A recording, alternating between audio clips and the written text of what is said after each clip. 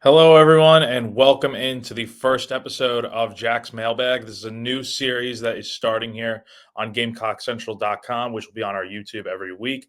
With baseball season coming up in 2 weeks, it's crazy to think about, right? 2 weeks from now, Friday, February 16th, at Founders Park is the first game against Miami, Ohio.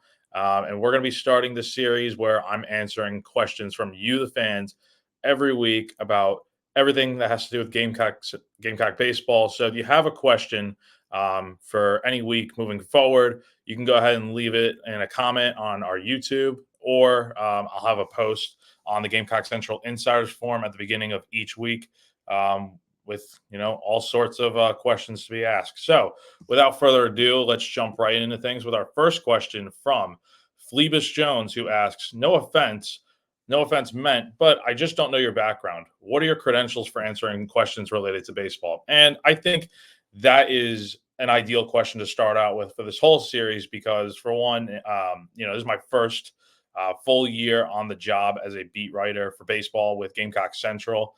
I'm very excited about what we're going to be doing this year with all sorts of good content. But it is a fair question to be asked because I'm sure most of you watching are used to Colin Taylor, who was the beat writer for baseball for the longest time, it felt like.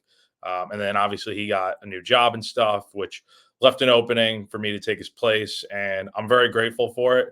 I know you guys are used to his style of content, and there will definitely be some things that I continue to carry out that he did. But at the same time, I want to have my own take on things and do a lot of good because, I mean, baseball is my favorite sport. I went to school here. I've been covering the team just about every year since 2020. Obviously, my first year was during college during the COVID pandemic, and then I really started diving a lot more into things baseball related here. After things picked back up in 2021. But last year I was the second hand man to Colin in terms of content. I got to ultimately go to Gainesville for the Super Regional and cover that like a full time reporter would. And now I'm stepping into this role. I'm very excited about it, and hopefully throughout the season, you guys can see that I'm worthy of this sort of spot. So thank you for the first question. But our next one comes from one M Creek Cock. He asks, there are a lot of new players. Do you think this roster slash team will be stronger than last year's team? Can you evaluate the strengths and weaknesses in defense, offense, and pitching? So it's a pretty loaded question, right? There's a lot that's different with this year's team because I think the best way to look at it is last year it was the pitching staff that we knew was going to be pretty good, right? You had Will Sanders, Noah Hall, Jack Mahoney, James Hicks, all veteran, really quality caliber pitchers. And then the offense was you had some good pieces, but they were mostly younger guys like Ethan Petrie, who was a freshman. And keep in mind, Ethan Petrie was not a guy that was on the radar of a lot of this, in the college baseball world, because if you remember, as a freshman in fall scrimmages and stuff, I believe the story goes that he only had one home run through the fall as a freshman, and then obviously things changed once the season started last year. And I mean, if you followed along, he was insane last year. But then it's just you had other young guys too, like Cole Messina, and Gavin Costas was a transfer, and he had been pretty banged up and didn't see a ton of time at Vanderbilt when he was there. So this year now it's kind of the opposite, right? You have Petrie back for his sophomore year. You have Cole Messina, Gavin Costas, Talmadge LeCroy. You added a ton of pieces in the transfer portal too, like Parker Noland and Austin Brinling and Kennedy Jones on offense. So the offense this year, it should be pretty good, right? I think you're going to have a lot of guys on this team that are going to hit the long ball. But I think at the same time, we're going to be seeing a lot of runs scored with this team. There's going to be some nights where I think we're going to be seeing a lot of double-digit run scoring efforts. But on the flip side, it's it's the pitching that we also have to look at too as somewhat of, I don't want to say a total step back yet because the season hasn't started, but it's definitely not what it was last year because you lost all those guys I mentioned before, like Sanders, Hall, Mahoney, Hicks.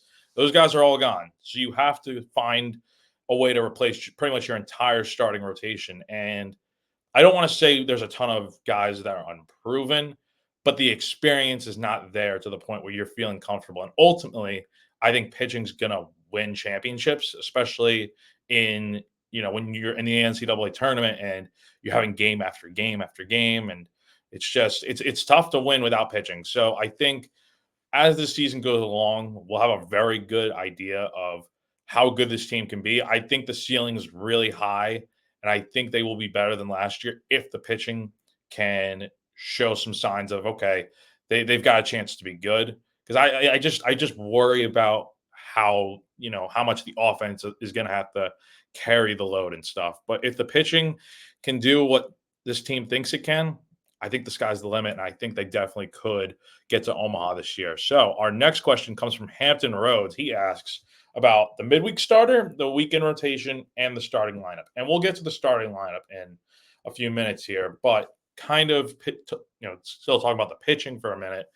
I think the midweek starter is you have about 7 to 8 guys that are potentially in line to compete for a starting rotation spot, right? I think with the weekend rotation, I think you're going to probably see, if I had to guess, I'd say Eli Jones on Friday. He's a guy that has been around with this program for a few years now, came off Tommy John surgery in 2021, I believe, or I'm sorry, 22. And then last year in 2023, he was, I think, a reliever to start the year. And then as the season went on with injuries and such to Will Sanders and Noah Hall, you saw him step into that starting spot on the weekends. And I mean, he had some good games. Arkansas, for example, he pitched really well. I think it was his best start of the year. But now he's going to be counted on as a guy that's going to be, pitching every weekend. And another guy that's probably also going to be in this rotation, I think, is Matthew Becker, who's kind of like Jones. He's in his junior year now. With Becker, he kind of came onto the scene out of nowhere. It feels like 2 years ago when he had that really good start against Texas when they were number one in the country, I believe.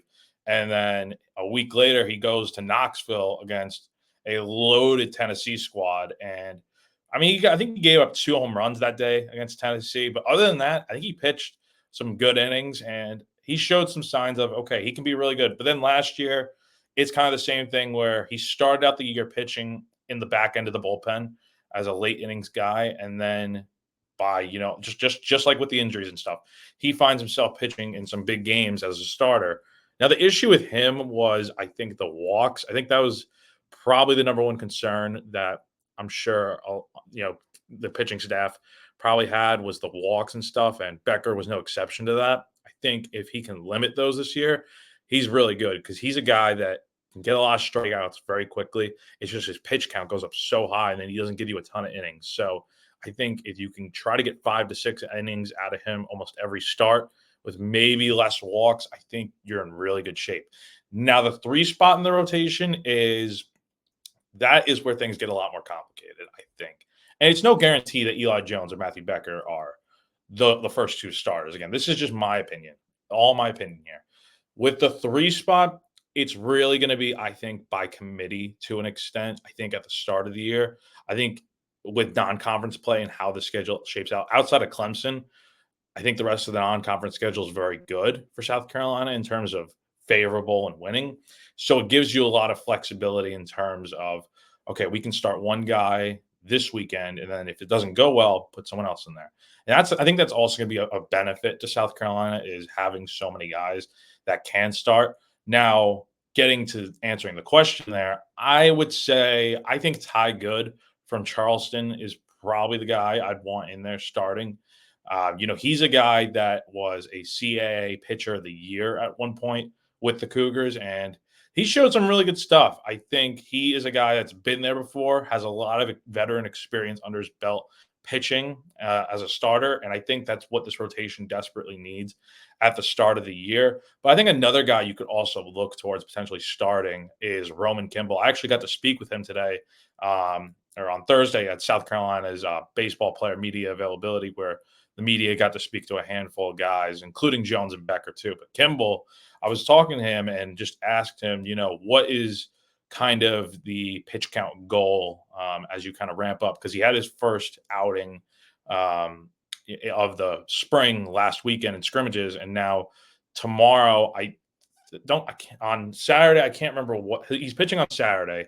I can't remember exactly what the number was, but I think by the end of the scrimmage session of this season, I think he wants to be around 65 pitches and then continue to ramp up from there because he is coming back from Tommy John surgery. So that's the biggest injury to a pitcher can get. So it's a serious thing, and it's been a long road for recovery for him, but he's finally getting back to a point where he can be the impact guy that South Carolina went out and got in the transfer portal after the 22 season. So that is another guy that I definitely think if he's not starting on the weekends, I definitely think he would be the 4 starter for the midweeks and need to slide in if anyone gets hurt. But then midweek starters specifically, if it's not one of those guys, I would look for someone maybe like Drake Quinn from Marist or Dylan Eskew. Dylan Eskew is a name that I think is very interesting because he was a guy that pitched primarily out of the bullpen last year. And again, that's just because he was a freshman on the team. And there were a lot of veteran guys in that rotation, as we're well aware by now. I think Eskew, I saw him pitch last weekend in a scrimmage. He's got some good stuff, man. I think he is going to step into a starter type role this year. Worst case, I think he ends up being a long reliever if it doesn't work out as a starter. But I think at the start of the year, he definitely should earn himself a few midweek starts here and there. But again, we'll see what happens. And then Drake Quinn, that's a guy that had a really, really, I think, down year at Marist in 2023. His ERA was super high in, I think, the 6 to 8 range. And that number is pretty concerning. But I think he's a guy that has been around college baseball for a while now. He's excited to pitch in the SEC. And I think he can definitely benefit in some of those low pressure midweek games starts. And then if injuries happen or something's just not clicking with one of these guys in the rotation, I think maybe you slide him in. But again, you have so many different options, and I'm probably forgetting a few guys, but those are the ones that probably stand out to me. So getting into the offense now. Cocky 11 asks, and I had a lot of questions about this. What would the projected starting 9 look like as of today? So this is probably the most complicated question because you have, just like the pitching staff, you have a lot of guys on this offense. You have a lot of returners, a lot of incoming freshmen, a ton of transfers, and you only have 9 spots on the field, and it's really hard to get a gauge of these guys are going to start outside of the few exceptions. And we'll get into the lineup here in a second. But you have a lot of guys that can really start on any given day. And it's really hard to narrow it down to the best starting 9. I personally, the lineup that I put together here probably will not be the lineup that Mark Kingston puts together. He's got a lot of decisions to make over these next few weeks. And you got to keep in mind, there's a lot of competition going on right now. Shortstop's a big competition. The outfield is a whole conundrum. And you really have to find who the best guys are. And I don't think you're going to find that out in scrimmages because that's just guys going against their teammates. When you get to real game action is where you'll see, okay, who's cut out to be a starter. And we'll see. I think things will be a lot different by SEC play. So getting into the starting lineup, leading off for the Gamecocks, I've got Blake Jackson. He is a Charlotte transfer. He would be in center field, in my opinion. I think he wins the job over guys like Evan Stone and Dylan Brewer and stuff. Not to say that those guys are bad, but I think those are guys that you would want in there in late game situations as a pinch runner, defensive replacement, that sort of thing. But again, we'll see what happens. But I think Blake Jackson, very cut out to be a leadoff hitter on this team. In the 2-hole, I've got Kennedy Jones out in left field. I think he's going to win that left field spot. You brought him in for his bat primarily. I think this is a guy that came from UNC Greensboro that hit a ton of home runs with that team. And looking at UNC Greensboro's lineup last year, he was primarily the 2-hole hitter. And I think with a 2-hole hitter in this age of baseball, you think of a guy like Aaron Judge, right? Aaron Judge for the Yankees. He's a guy that's 6'7", 260 pounds, 280 pounds or something. And he's typically hitting leadoff or in the 2 spot. And with a guy like him, you would think on the Yankees, he's going to be hitting the 3-4 hole power hitter. But that's just not the case. And I think that's a trend that you see a lot with professional and college baseball now is you want one of your better hitters in that spot. And I think Kennedy Jones can be, if he wins the starting job, I think that's probably where he slides.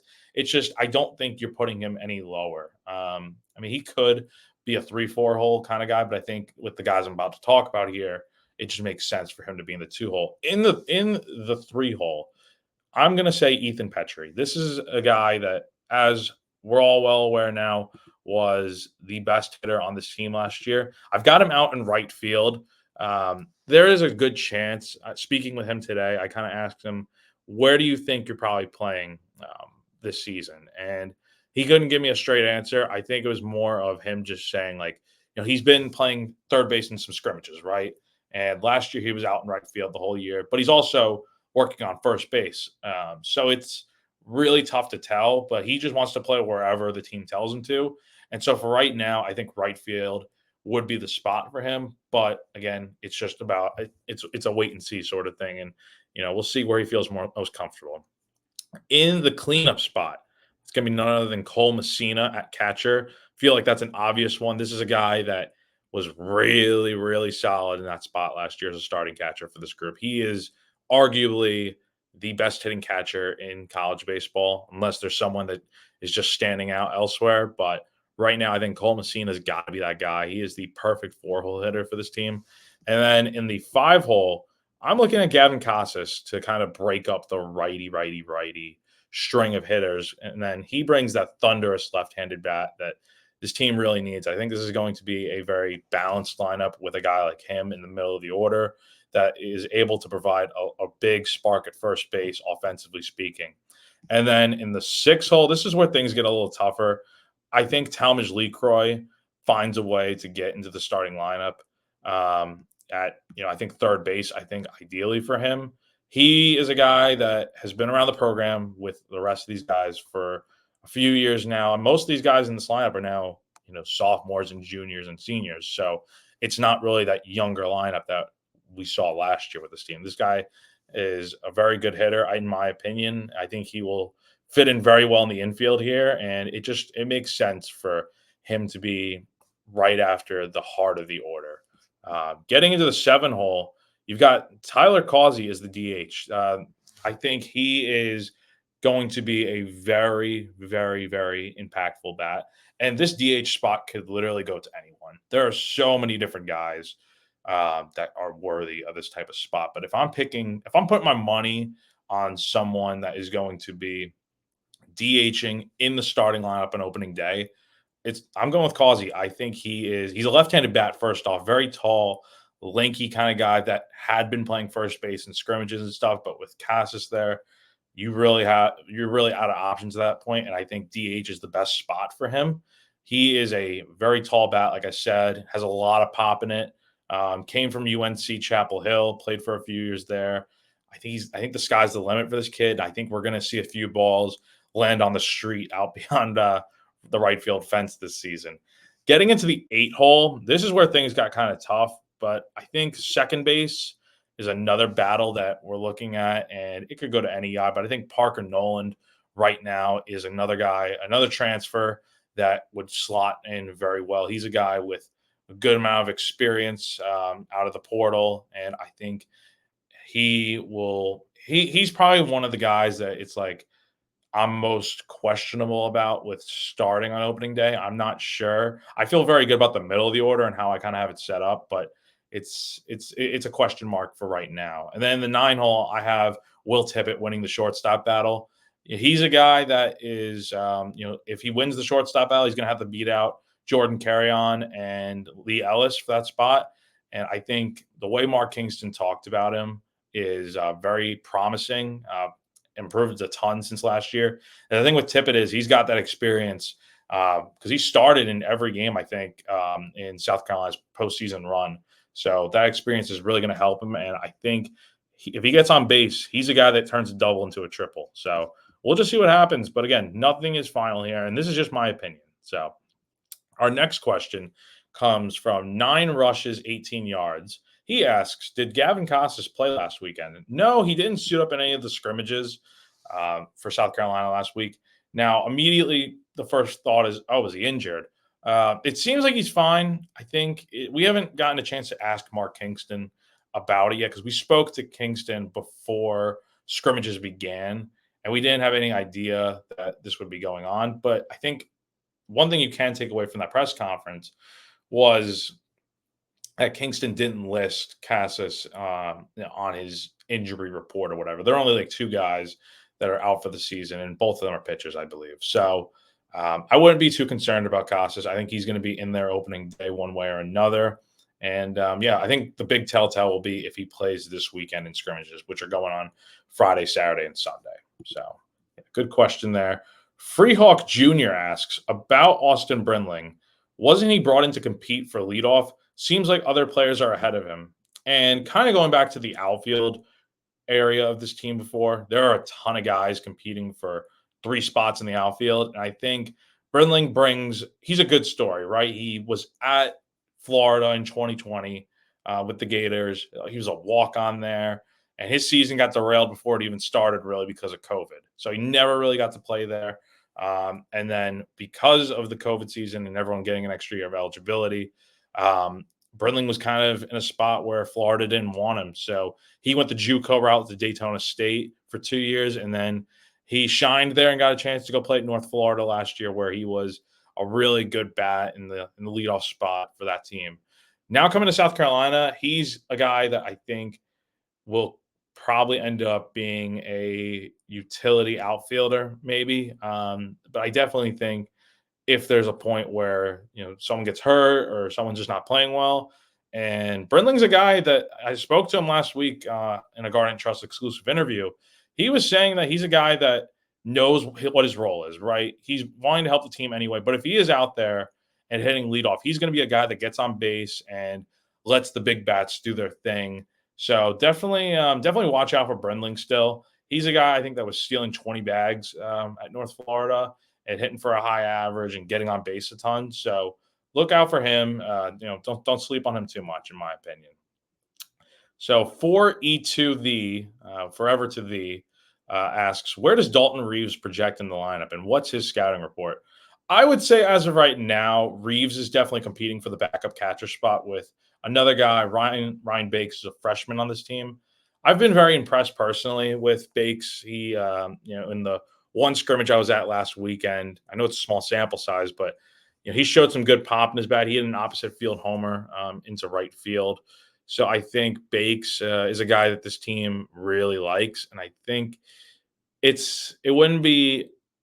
I don't know. It's tough to gauge who's going to be the backup catcher. Obviously, with Jonathan French leaving, I think for Houston out of the transfer portal, that backup spot is open. And as we know, last year, Cole Messina was the primary catcher, but it's not like the backup French didn't get to play a ton. I mean, he got a good chunk of at bats and a good chunk of starts. So whoever does get that backup catching spot will definitely have a good chance to play. But with Reeves specifically, he comes from Presbyterian, and he was a guy. I think he hit 12 homers last year. His batting average was particularly low in about the 240s, I believe.